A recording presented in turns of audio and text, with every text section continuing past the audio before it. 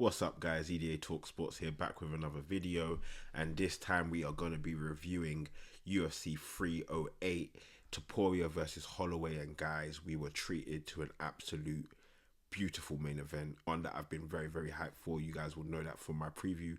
We're going to get right into the detail. We've got a lot to discuss, and we're going to start off with our main event. I've said it before and I'll say it again, I think these are two of the best in their division, best in the UFC. I've had an affinity for Ilia Topuria from the beginning of his UFC career. I've watched all of his UFC fights, and from day one, I knew the boy was special. I knew and said he was going to be a UFC champion, and that's not to toot my own horn. That's for me to say how clear it was that he possessed something so special. And they talked about it on the commentary before he came out. He came into this division as a grappler, as a wrestler, someone who had a submission background.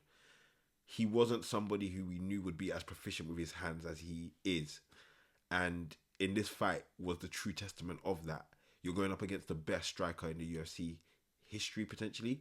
The man with the most significant strikes, Max Holloway, Max Blessed Holloway, someone who is a legend in this division. And honestly, as I said in the preview, it's a toss-up. Two great fighters, two fighters who possess skills in their striking, but strike very differently. And it was on display this game. You can see Max with his high output, to over 200 strikes, over 200 significant strikes as well. His output is relentless. His output is what keeps a lot of fighters off him. And if he continues to pepper you, he continues to hit you, he's gonna get what he wants. And that was almost what was happening in this fight to a certain degree. I thought it was very even. If I was to score a round one and round two, I'm leaning towards Ilia, or I'm leaning towards a 1-1 at best. I wouldn't have given Max both rounds. I would either give Ilia 2 rounds, or I'd say 1-1. What I'm saying is that Max had more output, Ilia had more damage, had more powerful strikes, and especially his leg strikes were looking to limit Max's movement.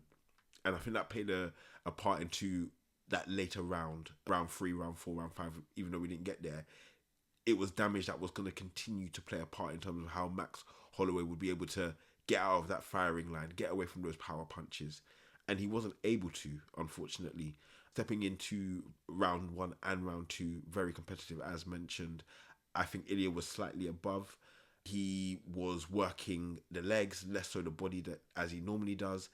I wouldn't say headhunting, but him and Max were both looking for the head, essentially. They were looking to take each other out. They were looking to land damaging blows. And there was times where Ilia was catching Max. One thing that was very apparent through the whole of the fight is how close Ilia was getting to Max. Whereas Ilia was almost like, in most cases, jumping out of the way, rolling Max's punches really well. And coming into the third, again, it was a toss-up. Max was looking good. I wouldn't have anyone else say that Max wasn't looking good. He said it after the fight. He looked good, he was fighting good. It's just when you get into a close fire fight, that power is going to tell. And Ilia's power told at that moment. He delivered an absolutely thunderous right hand to Max. It was damaging. And for Max to be knocked out, for Max to be knocked down, is shocking for all of us, because it's never happened until today. Until today. Ilia Topuria is special. Ilia Topuria is one of one. He may be slightly diminutive, but he can wrestle, he can grapple, he can strike. And as he said, I represent the new generation of MMA. And sir, you're not lying. You do represent that new generation. But there are people that are going to be following you. How are you going to take them on is another question. Brilliant fight. I'm just going to summarize it. Brilliant fight. Hats off to both men. They showed their quality. This, to me, was an MMA classic. In terms of technique, in terms of storyline, in terms of personalities, this was an absolute classic. And hat goes off to Topuria. He's amazing, but there's still work to be done in his division, in the featherweight division. After the fight, they brought out Alex Volkanovski to potentially run it back. Felt forced. I know that they're going to Sydney next year. They want to sell out Sydney. Volk obviously plays a big part into that, blah. He beat Volk pretty badly, and I don't think there's really much interest in seeing Volk versus Topuria again. Maybe there is. For me, I want to see him versus Diego Lopez. That, to me, is a big challenge for Ilia. Potentially his biggest one. I'm looking forward to it. He may just take Lopez down and try and fight it that way. I think his ego will at least want him to strike. But he mixes in the mixed martial arts so well. He can do whatever he wants, honestly. For Max, I think this is his featherweight journey over. No slight on him at all. He's been an absolute legend, as mentioned. And I felt like if this could have easily gone another way. Again, it's just how the fight unfolded. And in those close quarters, his power told. But for Max, he's a legend. He's going to continue to do what he does. He's ranked highly in lightweight division as well. He will be back. He looked good. And I'm not really fretting for Max in terms of how he progresses going forward. All I would like him to do is potentially evade or lessen the damage he's taking, potentially. But that would be it. But Ilia is still featherweight champion, and it looks like he will be going up against Alex Volkanovski next. Next, we're going to be covering Robert Whitaker versus Chimaev. And guys, I came into this fight thinking, you know, we're going into a 3-round slog, and I picked Robert Whitaker to win. I have no shame in saying that. He's a legend in the division once again. He's faced all of the top opposition. Chimaev has had such a long layoff. How would he return? How would he come back? Well, the answer was very decisive. Within the first couple of seconds of the round, he's back. Chimaev is back. That first round, we know, is dangerous. There's no one who can wrestle like him in the first round, take you out like that in the first round. And he literally just took Whitaker down, held him there, and essentially put him into a position where he's like, I'm going to get this submission, or I'm going to pummel you to death. And he got the submission. It was a less of a rear naked choke, I would say, more of a face crank from what the commentary was saying. Whitaker tapped very, very quickly. So it must be something that had happened within his jaw, or something that he felt that was like, I need to tap immediately. It was shocking, but you can't doubt Robert Whitaker's heart. So if he taps quickly, it must mean that something needs to be dealt with, essentially. So hopefully he's okay. No slight on him to lose to Chimaev like this. But for Chimaev, this is a massive victory. He has set himself in the line for a title shot. For me personally, he should be next up. I might be forgetting somebody. I might be doing someone a disservice, recency bias, whatever you guys want to call it what it is. But Chimaev versus Dricus, yeah, let's get that loaded.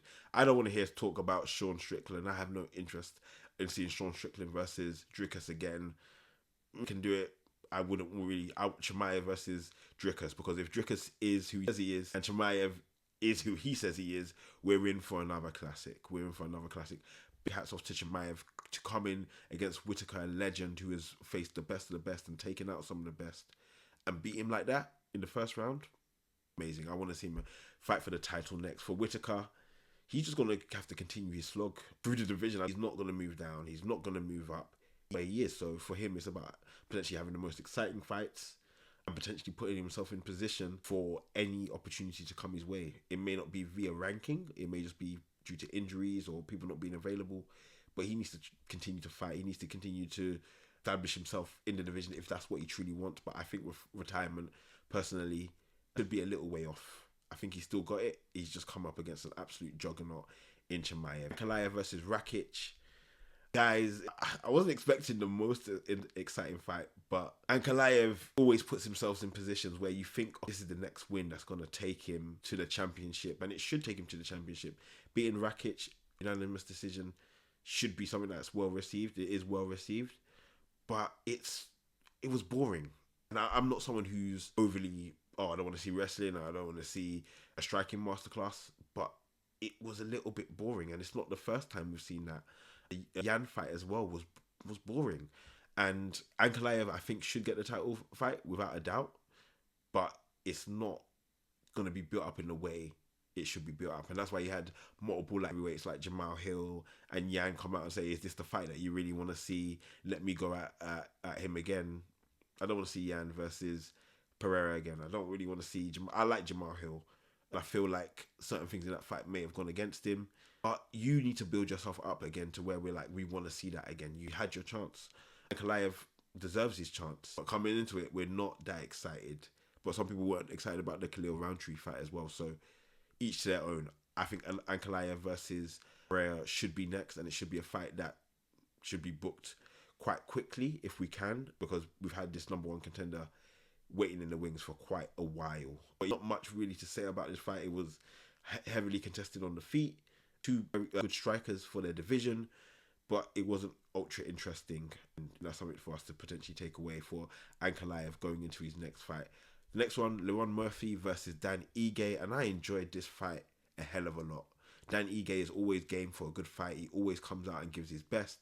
Leron Murphy, again, I think he slightly represents that next variation, that next generation of featherweight contenders. He has a really good, well-rounded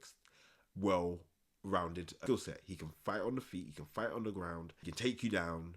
And Dan Ige is no easy feat, especially for someone like one who has, apart from Edson Barbosa, probably hasn't fought anyone on Ige's level. And it was a tough fight. Came out, heavy in the first round, looking to pressure Laurent, struck him and actually knocked him down. And I was like, oh, wait a second, what's going on here? But he composed himself, he showed his standard, his level, his pedigree, and he got back up and he fought.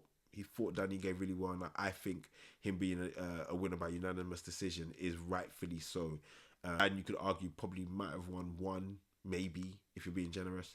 But apart from that, and that kind of shock knockdown, Laurent was dominant on the feet. And also, I like the way he took down Dan. Dan had more control on the ground, as you can see, but he didn't really do anything with it, nothing of note. And Laurent did very well to maneuver himself into positions to get himself out of those situations. So big things for him. He called out Josh Emmett next. It's going to be interesting. Josh Emmett is no slouch. That will be another big step up for him, but he's looking to potentially take the Ilia path to featherweight gold. And I think he's a little way off. I don't think it's one fight. I think it's probably 3 at a minimum. But he has to put in the hard work, and that's exactly what he's doing. One of my favourite up-and-coming fighters. He's ranked now. He's delivering. And his quality is always there for people to see. Next one, Shara versus Petrotsky. And this fight, I came into it, I was like, I'm not sure what I'm feeling. It's low on my radar. And then Shara comes and pulls out a double spinning back fist for the win. Not only 1, but 2. I was like, what is going on here? But it was an absolutely spectacular knockout. The fight was heavily contested. It was actually a really good fight up until that point. And I probably need to spend some more time on looking at these sleeper fights, because this was a really good fight as it progressed, and Shara pulled out that against a former training partner that he had sparred with. You definitely have to bring something unique to the ring against someone that you fought before, and that's exactly what Shara did. He's continuing to stay undefeated, 15-0. It'll be interesting to see where he goes next. I would like to see him potentially fight someone ranked and move up, because he has the quality. I know he's working on his ground game, but he's showing his quality, and with that in mind, there's no reason why not to move him up. We're going to take a quick look at the prelims. Jeff Neal beats Chay. Again, decent fight. They couldn't really get into it. Jeff Neal, with the strength and the power, came through, and that's probably where I probably ranked RDA too high. I thought if the fight went all the way through the 3 rounds, that he would come out on top. But Jeff Neal has that power. And that power, when it lands, can take you right out. And that's exactly what he did. Trying to think if there's any other key fights I wanted to cover. One that we covered in the prelims. And Nzechukwu versus Barnett. Barnett obviously coming off a large layoff. He actually seemed to get injured during his pre-fight. I don't even know what you call it. He jumped. It looked like he tweaked his knee. I think that might have affected his movement coming into the fight, because very, very quickly Nzechukwu took him out with speed. And for Barnett, upsetting that his return to the ring couldn't be successful. And Nzechukwu, in his heavyweight debut, shines. It's going to be really interesting to see where he goes. He has a lot of advantages on a number of heavyweights. Level's going to increase, and it's going to be interesting to see how he does and deals with that. But guys, this has been the review for UFC 308. Hopefully you've enjoyed it. I've covered the main fights. The key thing we want to obviously remember is that Ilia Topuria is still our featherweight UFC champion. He has shown his quality against the legend Max Holloway, and we've got a big fight upcoming, whether it's Volk, whether it's Diego Lopez. We are in for a treat, guys. Hopefully you've liked it. Make sure to comment, subscribe, and I will catch you guys soon. Peace.